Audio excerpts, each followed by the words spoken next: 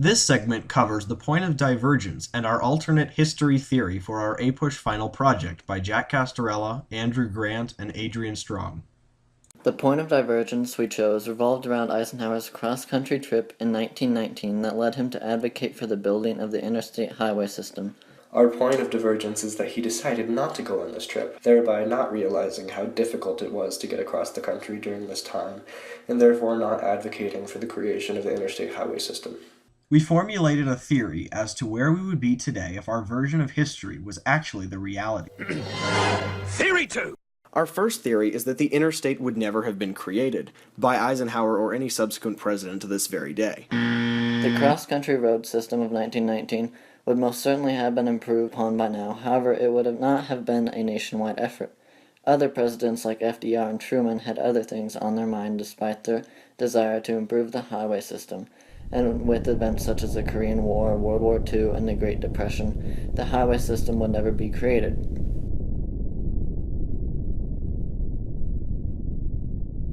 Truman was preoccupied with this fair deal, fixing unemployment and education as well as healthcare reform. He had no time to worry about transportation or interstate roads. If Eisenhower had not gone on his cross-country road trip, he would have been yet another president in a long line to not worry about America's roads. He would instead continue the new look policy of American supremacy and world power. Here's an excerpt of a speech to Congress from Count Leopold von Liechtenstein in 1958. This letter was originally written in German, so you will hear the raw translated version while the one with more human interference will be displayed on screen. We need a great way to improve the stress that the northern class of America is suffering in the hearts of the city.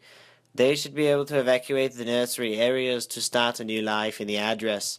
However, we need a highway way along the freeway of Americans. Although the raw one is possibly more historically accurate, it's very easy to tell that the one on screen makes more sense. As a result of our unimproved roads, many long-term effects would take place. Firstly, the production of cars would eventually decrease due to the difficulty of traveling long distances on America's roads. The trucking industry would be almost non-existent. Trains and eventually airplanes would be much more cost-effective and safer for transportation. Without the trucking and ground shipping industry, the amount of Americans employed would decrease drastically as airborne and rail-based transport requires few people working for the number of goods shipped.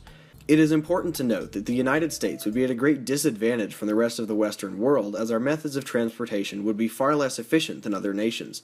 The U.S. would be at an even bigger disadvantage before the advent of the airplane. We would have to rely on railroads completely. The advent of the commercial airplane industry would increase in popularity very fast. The lack of truckers and the money they make would decrease our GDP substantially, as transportation is more expensive and there are fewer jobs. The movement known as white flight, the migration of white city folk to the suburbs, would not happen because of the difficulty of commuting, as said in the second primary source. This source was found in a newspaper article interviewing Donald J. Edgar regarding the vetoing of a bill by Count Leopold von Liechtenstein in 1958. I believe that America really is in the worst without the interstate, because us white folk don't get to live the lives we desire to live, because there is no efficient means of transportation to move our amenities. Also, we have to deal with those Negroes who have invaded our cities. The absence of white flight would help with the racial variety in many American cities. This would also create lots of racial tension as well, which could lead to lots of race riots and other protests and violence of that sort.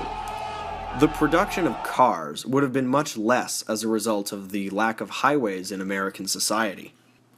As a result of this hesitancy, horses would remain the dominant form of short transportation in large cities and small towns for much longer.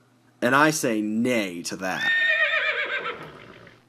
Even throughout the 21st century, many people have lobbied for an easier mode of transportation across our country, as shown in a letter from a citizen to their cousin who was a congressman in Pennsylvania in 2006. Dear cousin, I know you understand the odds and ends of Congress and was wondering whether you had the power to introduce the idea of an interstate highway. We desperately want an alternative to air travel to not only move about our beautiful country easier, but also to visit you and the rest of our relatives who live far away. The plane tickets are extremely expensive and are taking advantage of us. Please, we need an easier or cheaper way to move about our country to do the bare essentials a family needs to do. The overpriced tickets for flights would lead to more lobbying for not just an easier mode of transportation, but for anti-monopoly acts to prevent price gouging, which would be passed as a law in Congress in 2008.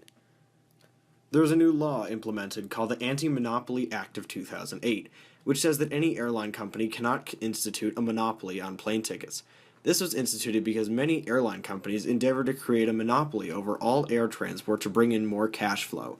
This became popular because the air travel option was the most popular without the creation of any interstate highway system. The wilderness would be preserved in better ways.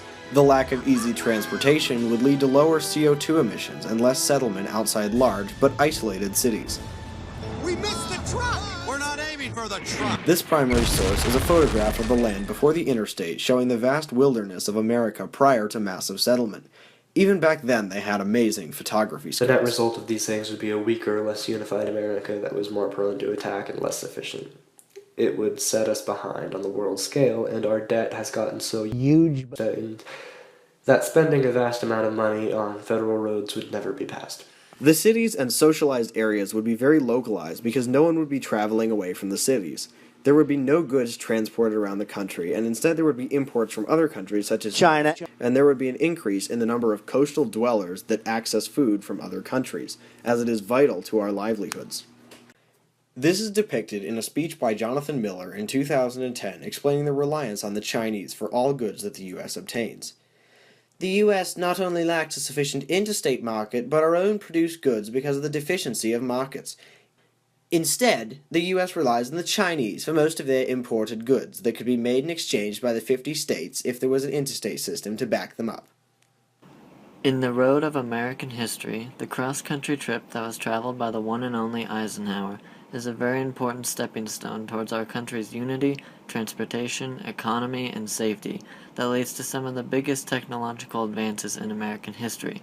Without this seemingly small feat, the United States of America would be a very strange and different place from what we know today.